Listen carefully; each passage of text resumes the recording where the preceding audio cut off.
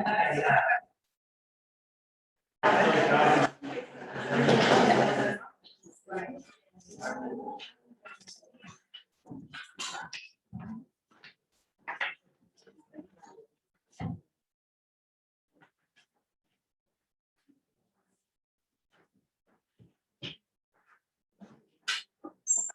you would like to speak, we need your cards by 6 p.m. Is up here. Once it hits 6 p.m., we'll cut off the cards.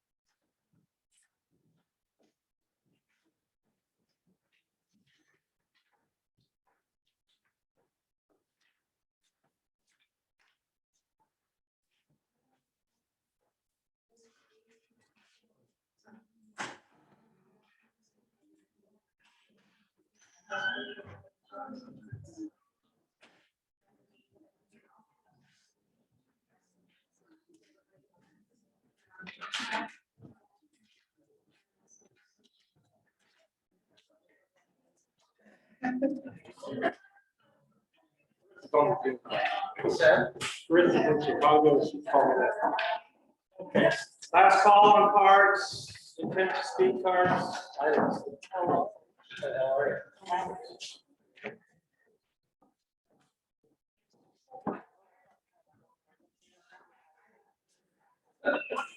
I'm sorry. I guess I didn't start either. Okay, we'll get going.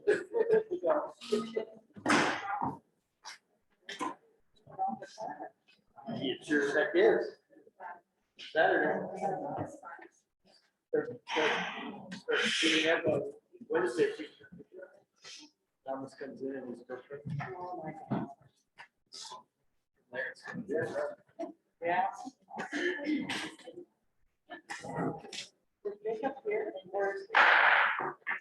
Call the meeting into order. Please rise for the flag salute. I pledge allegiance to the flag of the United States of America, to the republic which is stands one nation under God, indivisible, with liberty and justice for all. Welcome, everyone. We have a full room. Please be respectful and keep a mask on. That is our ODE requirements. If you are not, this is your warning, and you will then be asked to leave.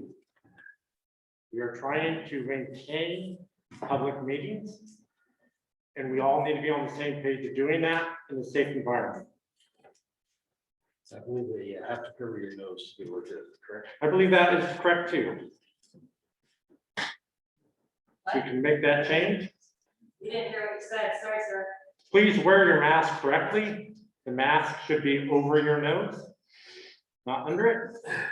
Can we please open the door? It's really hot in here. That'd be a good idea. Airflow is a good thing.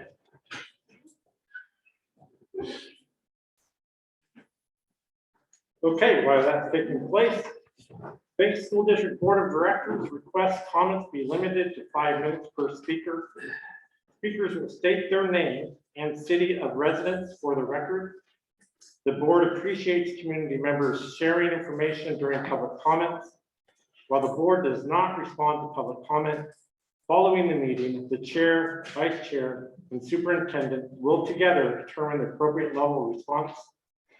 Speakers may offer objective criticism of district operations or programs, but the board will not hear complaints concerning specific Banks School District personnel. With that, we do have quite a few public comments. I'll start with the first person, Kristen McCarty. Is it possible for Dan Williams to go before me? Absolutely. Thank you. I'm Dan Williams. I live in Banks. Thank you for the opportunity to address the board. I am here to support not only the actions the district took last year to guard the health and safety of the student body and staff, but more importantly, the methodology of developing that plan and how that discipline carries forward to new questions being asked of district leadership. Specifically, the approach of setting aside politics to focus on data and policy that maximizes positive outcomes for the Banks schools community. One outcome of last year's policy is that my 5th grader had one of her healthiest school years in recent memory. Whereas previous years, we would typically spend a few nights in the hospital or multiple weeks recovering from the flu, last year she suffered none of that. She is disabled and has a progressive, incurable metabolic disorder that places our family at the high end of the risk spectrum in this pandemic. I will say that our older sister in 7th grade did have a hard time with the isolation of last year, but the level of grit, resilience, and unwavering self-sacrifice she demonstrated to keep her sister safe fills me with deep pride and gives me hope for her strength to overcome adversity in the future. The data is that the Banks community has a spectrum of families at different pandemic risk levels. My child with a disability that has a hard time wearing masks depends on the good mask discipline of her peers and teachers to shore up her protection, especially as the vaccine remains unavailable to her age group. Her older sister deserves the peace of mind afforded everyone else that there is a low risk of bringing this pandemic affliction to her vulnerable sibling. Education is a right, and equal access demands mitigations against a novel pandemic virus. So I want to applaud the district for the successful execution of its plan and demonstrating that its pandemic mitigation strategy yields a safe environment for in-person learning. Going forward, that problem-solving strategy will serve the district well as it confronts new questions of how the district engages the topic of race. I must say, as a parent of students of color, the discourse on this topic to date in community forums appears devoid of basic problem-solving discipline. The discipline of defining the problem and agreeing on terminology before proposing solutions. The discipline of keeping partisanship out of the arena of discourse. In my profession, I work on a globally distributed engineering project with thousands of collaborators. If we stop to question the political motives of every contributor at every decision point, the project would grind to a halt. I do not want to see the Banks School District project of equipping students to tackle the next phase of their lives grind to a halt. I see an opportunity to get ahead of questions of equity in education with the establishment of an Equity in Education Advisory Committee as laid out by Senate Bill 732. I ask the board to consider the establishment of such a committee in an upcoming meeting. Thank you for your time, and thank you again for your service to the community. Thank you. Okay, Kristen, you're next. Thank you. My name is Kristen McCarty, and I'm here today because I am deeply concerned about the audience comments that were made before last month's meeting, that our current curriculum or teaching methodologies are not creating the best outcomes for our underrepresented students, and that they are not getting what they need from the district to flourish. Where are you from? I am from Banks. Okay. Yeah. The words critical race theory or CRT have been so overloaded and misused that it can be difficult to understand what the specific concerns are with what is currently being taught within the Banks School District. As you already know, classes on CRT are taught in graduate school, and CRT is not a curriculum or a teaching strategy. So what are people actually asking for when they come here demanding that our children not be taught CRT at VSD? Are they literally referring to CRT? Or is it something else, which they are just using the words critical race theory as a catch-all for? We don't know. At this point, we don't have enough information to even properly examine the concern, much less decide if a solution is warranted. What we do know is that there are community members who have come here and asserted that our underrepresented students are being harmed by a racist curriculum or pedagogy at VSD. As a school community, we need to ignore the buzzwords and engage with our community stakeholders to immediately discover and examine any real issues. I support the creation of an advisory committee to the school board that will advise on whether the school district is best serving those students and families. This committee can advocate for any actually actionable approaches that the district can take to improve with regard to equitable educational outcomes, access, or inclusion. And it can advise on any situation that arises in the school district that negatively impacts underrepresented students, such as, for example, specific concerns about the curriculum or pedagogy. The governor recently signed a bill that mandates the creation of just such an advisory committee, and many other school districts have already created them. Given the large amount of community interest around equitable educational outcomes, I would urge the board to accelerate the timeline on fulfilling your obligation to having this committee in place so that we can begin to have those important conversations there. I will send a follow-up to this request, and I look forward to discussing it with you in more detail. Thank you. Thank you. Deanne?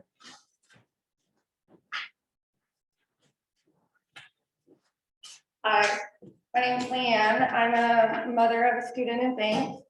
I have a letter too. I'm going to read from another parent that gave it to me to share. She couldn't be here tonight. Yeah, real quick, what's your last name? Barger, Parker? yes. Thank you. So I come here to ask the board to please stand up for our children as far as this mask mandate, to please not make our kids wear them. I think it should be a choice of personal preference. I do understand there's kids that have health issues just like adults do. I don't think that kids are at higher risk as some people with underlying health issues. My daughter has issues every year with allergies really bad, and she's had to have surgeries, but it also, wearing the mask inhibits her from learning, it inhibits her from breathing. She gets headaches. She doesn't get to experience someone smiling at her. She doesn't get to experience body language, nonverbal language. And I really just feel like that the school is letting my daughter down, and they've already let her down last year. She was isolated. She did not have friends. She was home all the time. She didn't learn anything because she doesn't learn well on a screen. She does better with in-person teaching. So I'm just asking that, I'm not saying that you don't have masks, if people want to wear them, that's great. I just don't feel like it should be mandated to every child. I think it should be a personal choice, just like it should be for all of us. I did find some information that on masks that I felt was important to read, and I thought that I would share that today. So it says that while the use of masks throughout the United States and Europe has failed to stop massive pandemic waves in the past fall and winter, which we all know is true. We still have the waves whether we wear masks or not. And speaking from someone that works in healthcare, I've been in the front lines of it this whole time. I've worked through COVID outbreaks. I've seen it firsthand. I know what it looks like. And I'm still asking you to please do this for our children. I don't believe that masks protect us. There's certain masks that you have to wear when you're dealing with a COVID outbreak, and our kids and none of us are wearing them. And they have to be specially fitted. They have to be done in a certain way.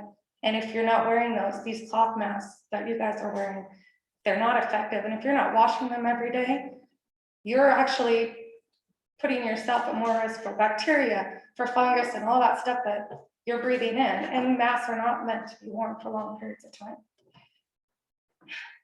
Later research has shown, however, that respiratory droplets obey a more complicated set of physical laws. In particular, once exhaled, they shrink rapidly through evaporation. One widely cited model estimates that droplets with diameter smaller than about 100 microns, a micron is a thousandth of a millimeter, evaporate before reaching the ground, leaving their contents as long-lasting aerosols. Particular particles smaller than about 5 microns can stay aloft indefinitely and travel beyond droplet range. Individual coronaviruses are about 0.1 microns across, smaller than the pores of a surgical mask. 0.3 microns to 10 microns is a surgical mask, and minuscule compared to those cloth masks, 80 microns to 500 microns. So basically, you're not protected. For our children, the carbon dioxide mixed with fresh air and evaporates the carbon dioxide content of the inhaled air under the mask. And this was more pronounced in the study for our younger kids. The author of the study urged those who are forcing children to wear masks to consider the scientific evidence when making that decision. Many governments have made nose and mouth covering or face masks compulsory for school children. The evidence base for this is weak, the study found. We suggest that decision makers weigh the hard evidence produced by these experimental measurements accordingly, which suggests that children should not be forced to wear masks.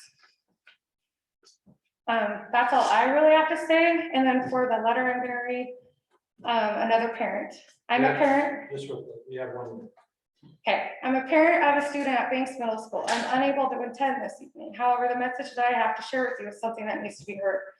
There are many studies that show masks are not safe and where appropriate for any child or adult, but let's put the science, the hindering or social cues, or even the emotional and social interaction with one another aside for just a minute. Our children at all ages are being affected in more ways than one. They cannot see faces. We are creating a world of anxiety-ridden children. They are socially affected and unable to react appropriately now or even in the future to a social cues, emotion, or even expression. How do we stop our children's emotional stunting? Our children have been isolated for almost a year, getting to return to school but forced to wear a mask on their face. How can they interact with each other normally? They feel like they can't breathe while they're exercising, constantly feeling like they're out of place or unsure themselves because they don't know what's happening behind the mask. Immune systems are hindered, infection on their skin, antibiotic prescriptions are up by double. How do we end this? Puberty is hard enough. Now we have a mask. I hope to give a voice to someone that is afraid to speak up about this struggle.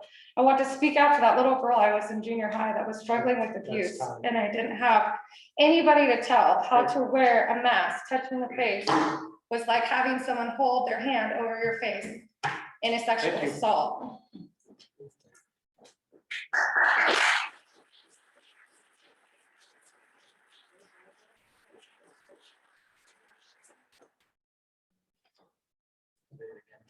I don't know, we're trying to conduct a meeting here. I can appreciate if you agree or disagree with somebody. I said a name, that individual didn't hear me. Why do I need to repeat it? Okay, Joe Beluga.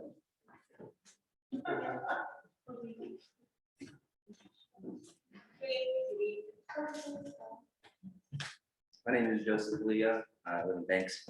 I'd first just like to go off of what she said, off the mask stuff. There is no science behind kids wearing masks. Anyone under the age of 18 is not at risk. There was actually a study done in England from the University College of London. Basically, the results showed that there is a 0.1 chance of a kid dying from this. It doesn't justify any type of mask mandate. In England, there has been 25 deaths. Kids or anyone under the age of 18. Masks for kids, they shouldn't be required. Now, going off of that, more specifically, I like to talk about conservative censorship within schools. In schools, conservatives feel that freedom of expression in classrooms is being restricted, and the ability to say something in a classroom that might disagree or challenge a teacher isn't heard with a free thought, but is rather shut down. This leads to students not speaking up in similar circumstances, and I can speak this from my own experience. Conservative censorship is real in schools. In my government class, there was a free response question. And the question was, are political parties beneficial to the US? Explain why or why not. I responded and stated that they can be both beneficial and destructive. I explained that if parties work together for the good of the people and pass legislation that helps Americans, then it can be beneficial. And I said that if they put party over country, then it can be destructive. And I used the real world example of Democrats under the Trump administration trying to impeach him and take him down at every opportunity present. I said that not giving him a chance was destructive because it created division. My teacher did not like my response and told me that this question was not an opinion-based question and that I did not answer the question at all.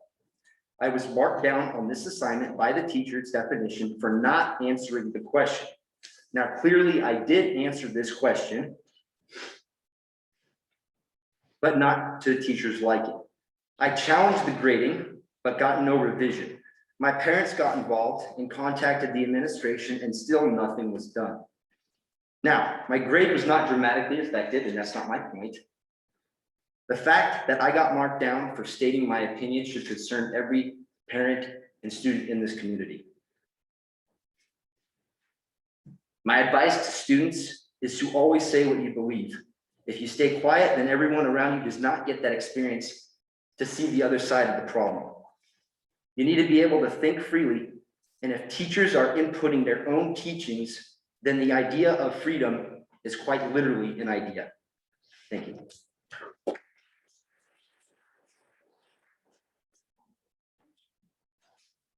Christy Dice? Is it okay to speak for that for that? If you could come up, I'd appreciate that.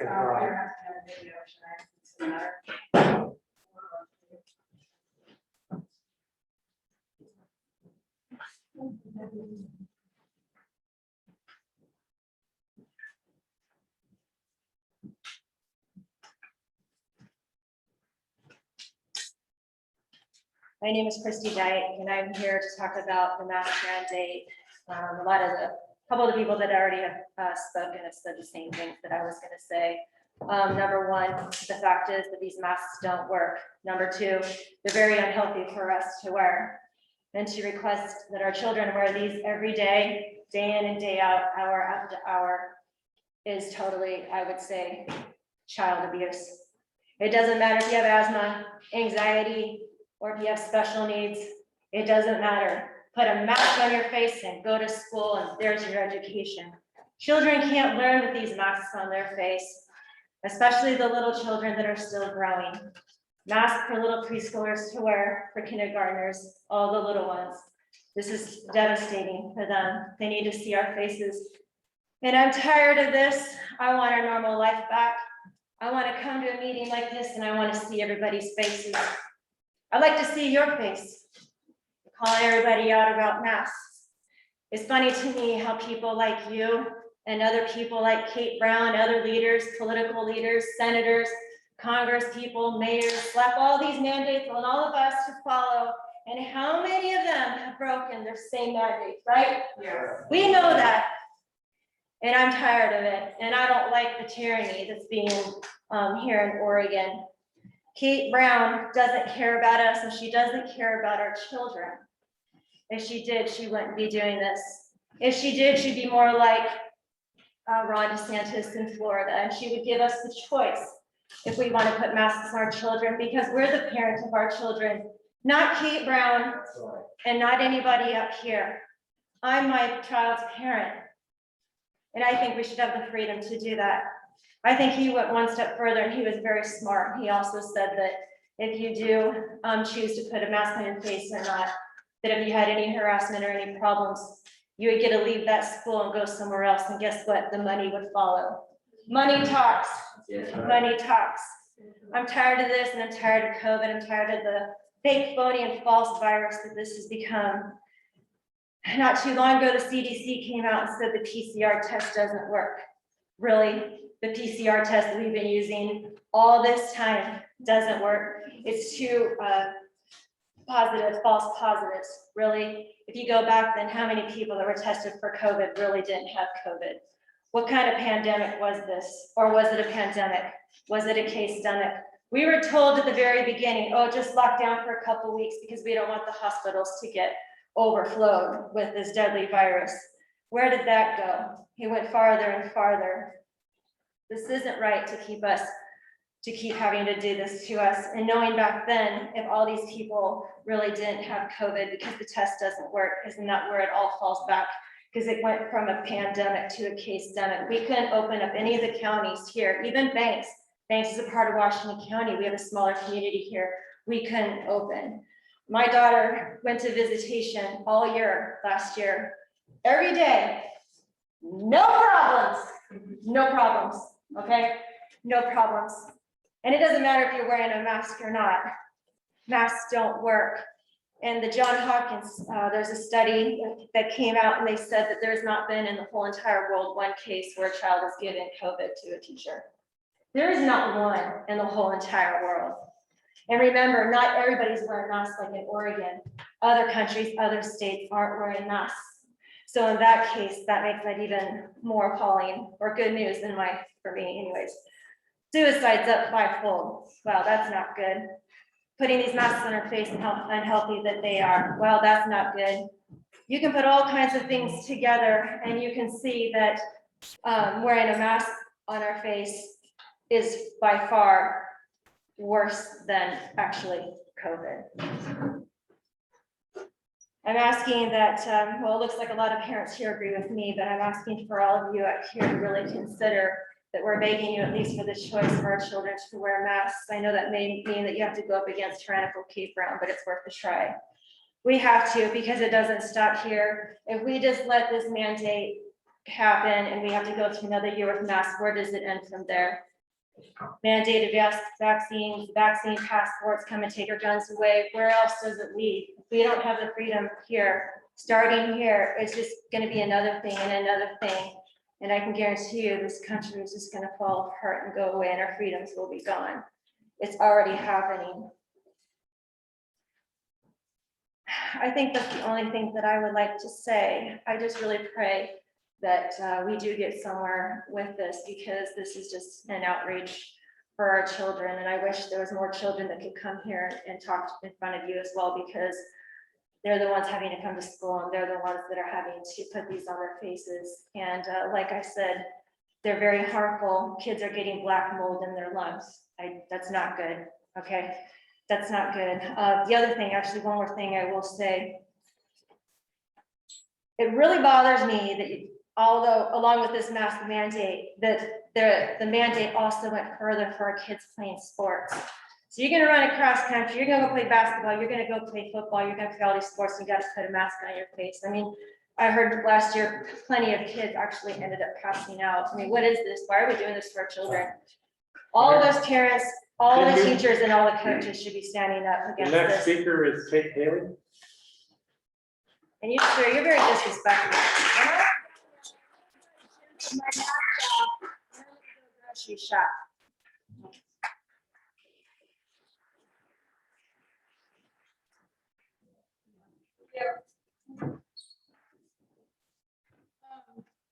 My name's Kate Healy. I'm a recent graduate of Banks High School. I don't have any notes or anything. I just have a couple brief points from personal experience. One being off of what Joe Baliga said, there is really no free speech in the classroom, whether that be on assignments, like Joe was saying, or in a Socratic seminar, or really just in the classroom. I do not feel free to voice my conservative opinion. There is an agenda from teachers across all classrooms, and I don't feel comfortable voicing my opinion, even in conversation with teachers. So that's not okay. Secondly, kind of what the last speaker said, personal experience of wearing masks in classrooms, and the last year, both as a 3-sport athlete and someone who had to wear masks throughout all of my sports, that was unbelievably awful. I did almost pass out on one occasion, and it's just not safe to be breathing in my own carbon dioxide while I'm exercising, especially on a soccer pitch where I'm running for 90 minutes straight. In the classroom, obviously, it wasn't inhibiting my athletic ability, but I was not able to relate with my friends at all. When we were isolated completely and online, it was depressive for me. I felt completely isolated and I suffered from depression.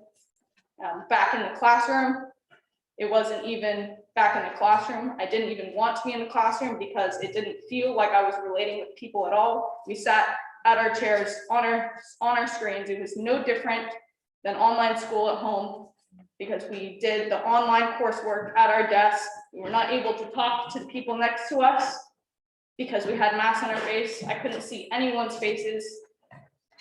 Yeah, it was really awful. So I really, really hope next year is different in terms of what the kids experience. I can't imagine being a little kid and being forced to do work at my desk and not play with my friends. So, thank you. Megan?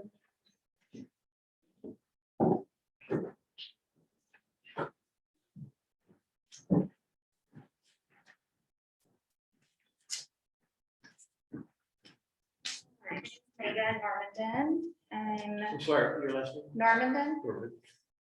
And I'm like Forest Grove now, but currently still enrolled in Banks, so if that gives you anything.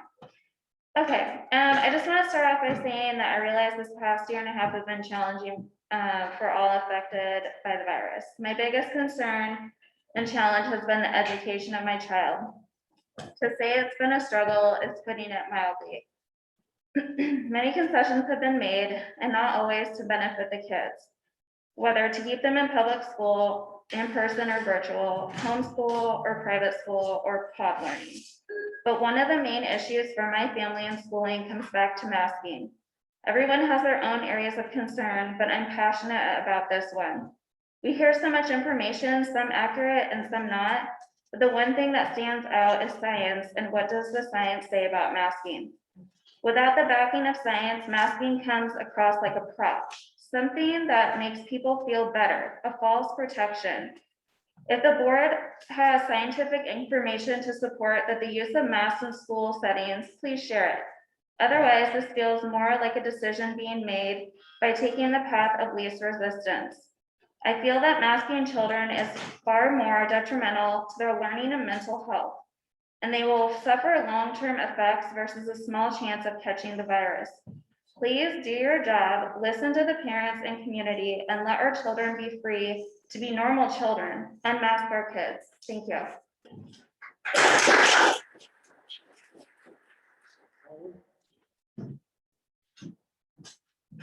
Paula?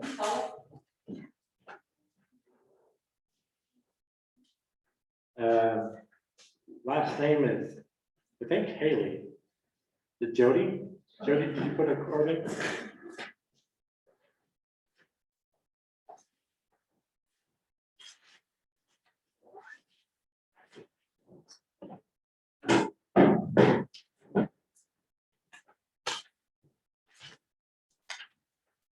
Hi, guys.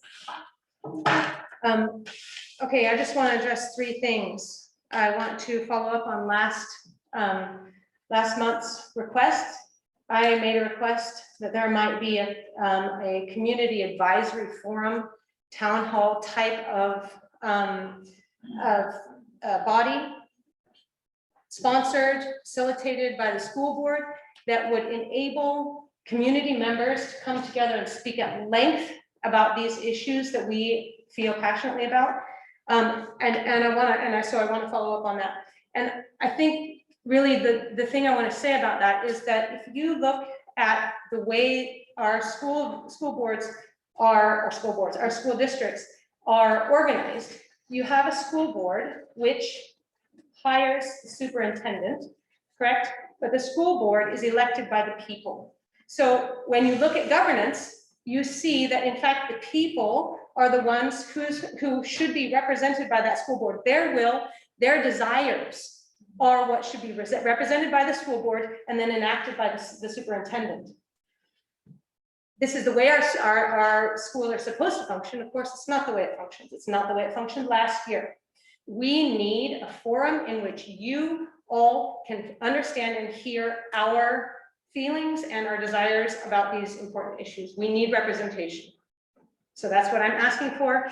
And I mean, this is obviously not, it's not representative. If you'd like to send something out to the whole school district as a survey, that would be more useful. But I have something here where almost every person, actually there's no one against it, every person who voted on this asked for this forum. Please create for us a forum in which you can hear what we have to say. Secondly, I also asked that you would consider the learning standards for FAIR. And I don't know if you've done that. Anyone like to answer? Has there been any consideration of the standards that I asked you to look at last time? Jeff?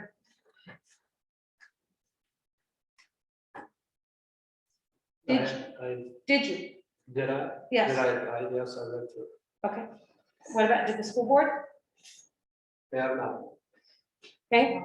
Parents, I would like to ask that the school board would look seriously at this set of learning standards from a new civil rights organization called the Foundation Against Intolerance and Racism that offers pro-human learning standards. And where I can agree with the people who I disagree with, like Mr. Hardy here, and I think Mr. Williams, is that we care about all of our children deeply. We care about diversity, we care about equality, we care about all of these things, and we need standards for our education that will protect that. We do not need racist ideology or any of those things guiding what is taught in our classrooms. We need pro-human guidelines. So I'm asking again that you would look at this, and there are also curriculum offerings that are available that we can look at. I have a couple of things. There's the 1776 Unites project, which has 2,400 pages of curriculum on offer now. And if anyone would like to join FAIR Oregon, there's an upcoming informational meeting. You can find that on my school board Facebook page, and I will hand these to you guys. And the last thing I would like to, because probably my time's running out, is I would like to speak on the issue of masks as well. I would like to say that, I agree with everything that other people have said here. And I would like to emphasize that I believe that they are very damaging to our children. That is why we are against them. Not because we don't care about our neighbors, but we care about our neighbors' children and our own children. We feel deeply that the risk from COVID is very minimal and the risk from masks is very high, psychologically, emotionally, socially, and educationally. And we need this is to come back to the issue of forum. We need a forum in which to talk about this. Because again, if you will look at the people who have come to your school board meeting, almost all of them have said they do not want their children masked. That means that the school board needs to stand up for us and represent us. And that, so I would just like to say, I know this is a difficult issue because there are state mandates and the education unions have a position on this, but there are superintendents in Culver and superintendents even in Yamhill I'm gonna give this to you, Jeff, who have written letters, who are advocating for their school districts, who are saying, we really cannot abide by this mandate, and they are going to bat for their districts. And if your district doesn't want it, you must do our will. Thank you.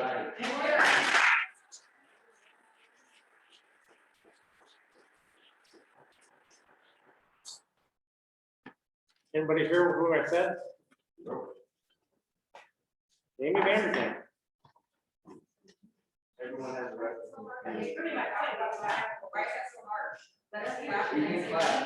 Here's the thing, this is a public meeting, we're trying to get through. This is not a contest of we support somebody or not. This is a public meeting. If you want. You don't get to listen to the people. Here's the deal. Our goal here tonight is to be able to continue in-person meetings. We're here to express. Please respect one another and please wear your mask if we are not able to do this.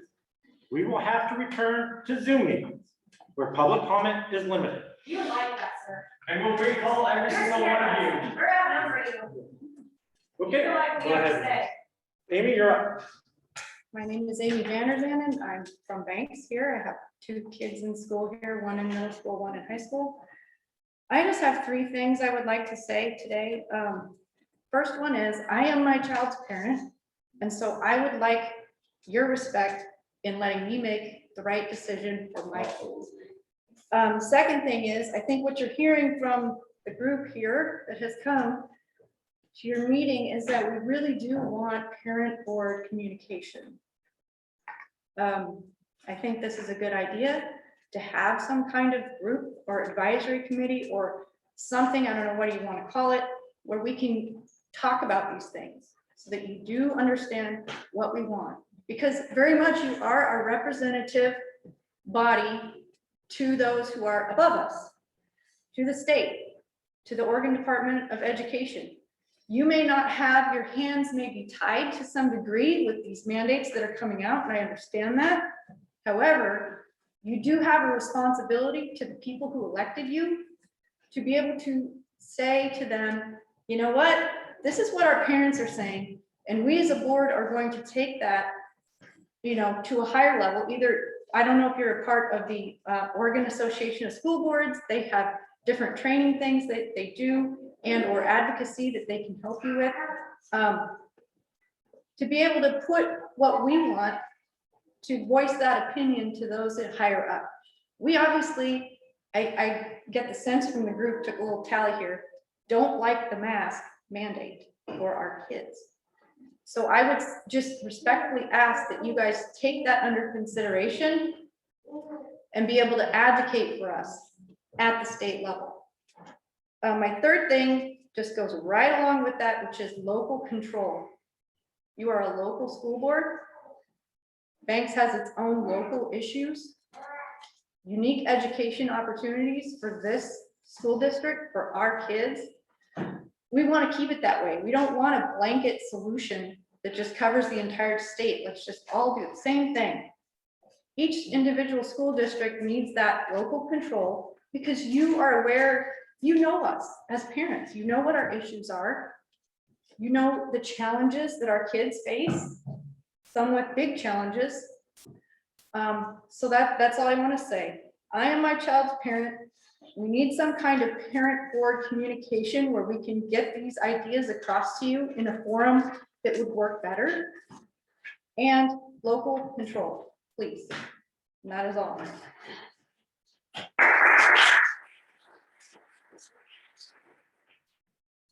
We move on to 1.5, approval of the agenda. Do I have a motion? I move we approve the agenda as listed. Second. Second. All in favor? Aye. Move on. Is there any presentation or reports, Jeff? No. Okay. We'll move on to the consent. Do I have a motion for the consent? 4.1. Irene? Make a motion to accept the consent agenda. Okay. Second? I'll second it. All in favor? Aye. On to 5.0, discussion items, COVID-19 update.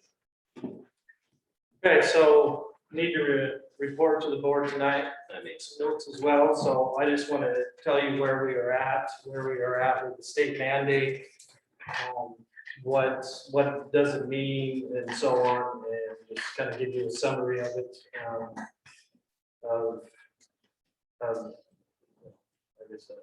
I was out. Been a nice surprise on my vacation with this announcement, and so been working on it all day and also on the road a little bit. So here's where it's at. So I think last week, the masks are required during school hours and on buses. This was the mandate issued by the governor last week. This includes all public, private, charter, any school in the state of Oregon. That is during school hours. So, you know, you would consider that 8 to 3, and this is for indoors. Before and after school, including extracurricular activities, remain a local district decision. So that is something that the admin team and our district nurse, we're going to be talking about this week in regarding these topics, whether it's before school, after school sports, fans at indoor events, etc. There's a lot of different scenarios there. I'm also meeting with the district nurse tomorrow to discuss the new quarantine guidelines and also the testing options that we have for this fall. I will say the quarantining guidelines have changed. That if students are at least 3 feet apart, but everybody is wearing a face covering, there is no need to quarantine this year, which is a huge change. Obviously. And without face coverings, then quarantines obviously are still in effect. So as we have face coverings, Everyone, this is our time for COVID-19 update. This is by the superintendent. So please hold your comments to yourself. so as we move into this year, I think the thing to remember is that we have normal school as far as normal school hours, 5 days a week, back to our schedules as before. And that eliminates a lot of the cohorting that we did last year. So that's another factor as we look at this and the requirements that we have. So high school gets back to your AB schedule, middle school 7-period day, you know. So I think it's important that we remember that we are going to be in school this year 5 days a week, normal hours.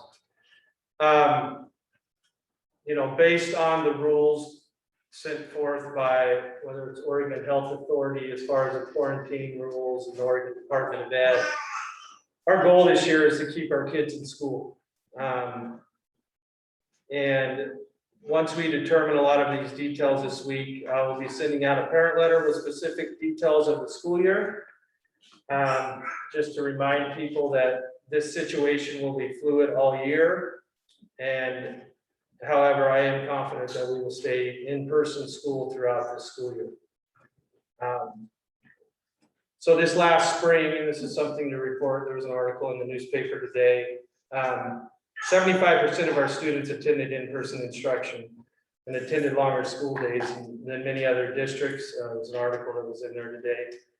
I have been as aggressive as possible with in-person learning and also mask wearing. When we had local control switched in June, I immediately switched to optional masks in the summer school. And the local control lasted about a month. It's very frustrating for me as well when we lost local control. And I would agree with a lot of the comments tonight. I believe there needs to be our decisions in local control. Would that have changed whether or not we would be wearing masks on the first day of school? Maybe, maybe not, but I do believe and I do want, and I will continue to advocate for local control and come back on these types of decisions. The most recent mask mandate was surprising to me. I had no idea it was coming. And, you know, throughout these, since the mask mandate happened, I've had multiple emails for and to follow the mask mandate, and I've had multiple emails not to follow and observe the governor's orders. As a licensed superintendent in the state of Oregon, my job is to enforce the policies at the local level, but also to follow state and federal laws. It's to represent us. First, at least represent us. So here, everyone, this is not a dialogue with the public. Exactly, yeah. We call this in a recess. What's our opinion?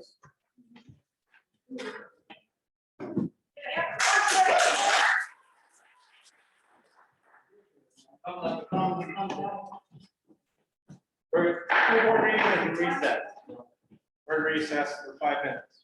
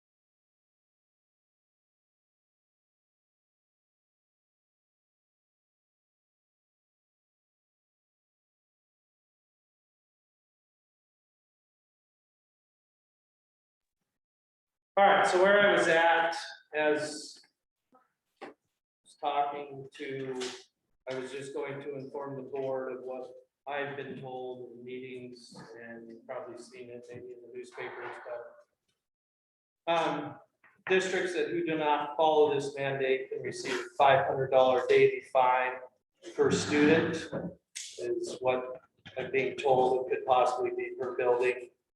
That's a daily fine. Teachers and admin could have licenses revoked. OHA could get involved in different capacities. You would be violating OSHA work. OSHA work requirements. And the district could potentially be negligent if there is any issues that could consist on a, a board level or as far as administrative level, teacher level, and also individual board members. I'm just telling you what I have asked the attorney. I asked the specific question of what if we do not follow this mandate, as other districts have asked throughout the state. And this is what is being reported to me. There are a couple of different things that, you could do as a board. It was mentioned. The board could adopt a resolution petition to the governor to end the mask mandate and leave it up to the local school board. Again, that would be a resolution or just a letter to the governor. The board could also do the same thing with area state senators and representatives requesting assistance in modifying the governor's order. The school board, working with me, but I've already had this on my list, could limit as much mask wearing as possible, and that could be by conducting outdoor school, especially during the fall when it's nice out still. I have it on my list for my admin meeting tomorrow, talking about minimizing mask wearing as much as possible, and breaking that down into how much actual time would a student be wearing masks indoors, and we still have good weather left, so there are some possibilities there. I would encourage people, as you've spoken out tonight, whether it's for and against, these mandates, this local control gets taken out of our hands, and these mandates are state orders that put school funding in jeopardy and all of the things that I listed. And would they go through with it? I don't know. We will soon find out, as maybe some districts will choose to not follow this. But I would ask that all of the statements that you made tonight, that, to very similar to what I just read to the board, whether it's sending emails, letters to the governor, OHA, ODE, and voice your concerns. And whether it be for wearing masks in school or not wearing masks in school. But as an admin team, I will tell you that, like I said, this was a surprise to me last week as this mandate comes forward. This unfortunately consumes everything we do right now. And to keep the community board and staff focused on what we can control. And that is the learning of our students, and also trying to minimize disruptions to the school year for our students. And that's, as of right now, current rules that are in place by Public Health, Oregon Health Authority. If we were not to wear masks, we could be quarantining whole schools in one fell swoop with what's in place. And we want to minimize disruptions as much as possible, and we want to have a full normal school year that may include masks, it may not. It just depends on, currently there is a mask mandate that they be worn during school hours and on buses. They said that they are going to reevaluate every month based on numbers and everything else, and that's what I'm being told. So we continue to have these conversations. There's meetings like this going on all over the state. This isn't unique in banks, and people have very strong opinion whether it's one way or another. So that's what I report to you this evening on the COVID-19, where I am at, and where I'm informing the board of requirements of the mask mandate come down. We move on to 6.0 action items. 6.1, approval of the 22nd superintendent board working agreement. Do I have a motion for that? Can we, Do all of these as a group? Yeah, you can. So do I have a motion to approve 6.1, approval of the 2021-2022 superintendent board working group, 6.2 superintendent evaluation timeline, 6.3 ratification of the Banks Elementary BEA bargaining agreement for July 1st through 2021 through June 30th, 2023. Do I have a motion? I move that we approve all 6.0 action items. Second. All in favor? Aye. Passes unanimously. 7.0 board communication. Jeff, superintendent comments? Nothing really to add to what I've said this evening or to the board report that you have. I would just say that the 24th is our first day of all staff being back.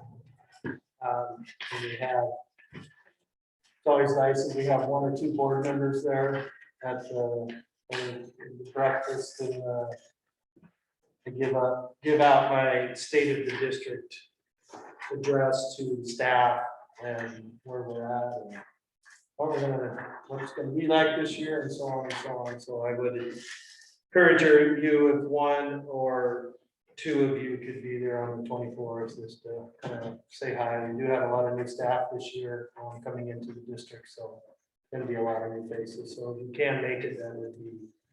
What was the timing? I think 8 o'clock is when we start. 24th. The 24th. I'll send out an email, but I just wanted to put it on your radar. Moving on to board member comments. Will, do you want to start?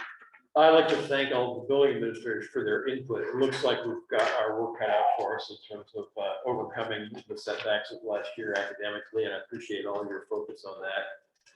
7th day period, 7th period day is great, added electives are great. Looks like we have some staffing needs to happen.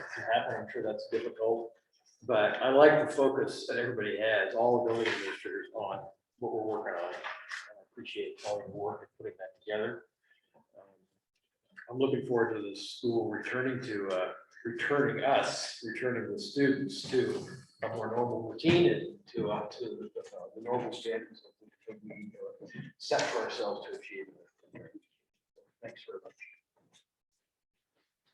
Well, I want to thank you all for being here, and I agree with Will, all the things that we have set up to do this year.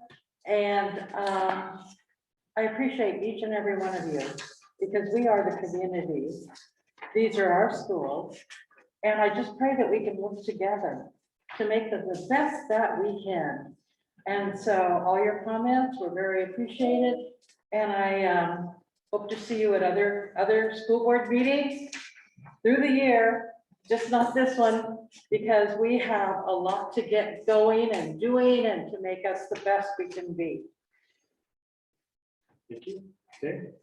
I want to say thank you for you all coming tonight. It's wonderful to see the community support coming out. I would highly recommend that you talk to your local representatives about these issues as well, one way or the other.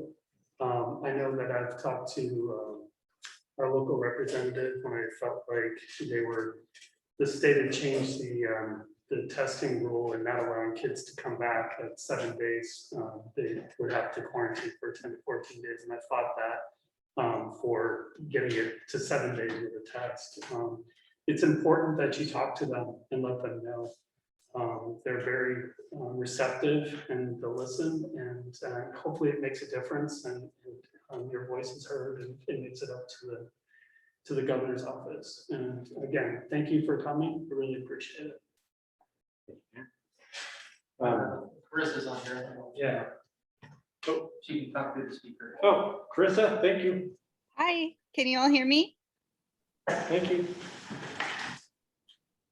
Would you like to say anything? Can you hear me? Yes. Hi. Sorry, I'm zooming in from Chicago and I apologize I wasn't able to be there this evening.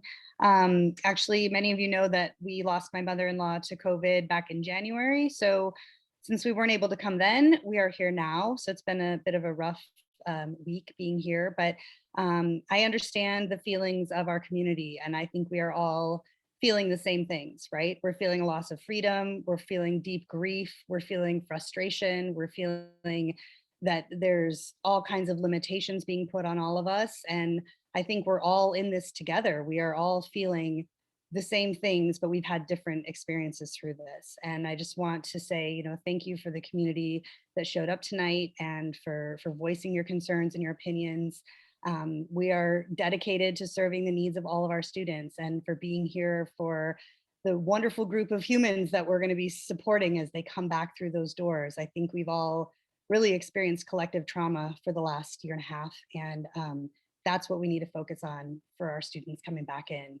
They are stressed, there is anxiety, there is depression, there are all kinds of things that they're going through. We all are. And I'm really, really pleased with our staff at all of our bank schools. And I know you guys are all going to do a tremendous job. And I know, you know, as community members and as board members and Superintendent Jeff, we're all here to support each other. So I just hope that we can come together and make this transition back into school for our kids the smoothest it can be. And I appreciate everyone being here tonight, and thank you all for your support. Be well, everyone. Thank you. Kristen. Lastly, to the administrators, I read the information that you provided us. It looks like there's going to be a lot of work that's needed. And the number of kids that were behind multiple grades, doing whatever we can to get them back up to the level that they need to be. And everyone's going to be on that same page, and the staff is going to work on that as well. I know we've talked about other things that we could possibly do for either, you know, study halls and working with those individual kids after school, if that's needed, even Saturday schools, I think we've talked about. Whatever is needed to get those kids up to where they need to be. So looking forward to this year, a lot of work that needs to take place. I think just in general to the community, you make assumptions on where my position is at. My daughter graduated last year, as I see a lot of parents who also had seniors, and they basically lost their senior year. I saw my daughter run track in a mask. I saw her run in the center field in softball with a mask. You assume that I'm for a mask. I am not. I want to get rid of them. The argument to the public that in Washington County and to other school districts is to raise our vaccine rate. We can't argue whether masks are good or bad. We will lose that argument. If you want to make an argument, you want me to make an argument, we need to get our vaccine rate up at least 70%. Let's make an argument. Right now, we're at 50%. That's all I have. Thank you. Meeting is adjourned. We want you to stand up for it. No,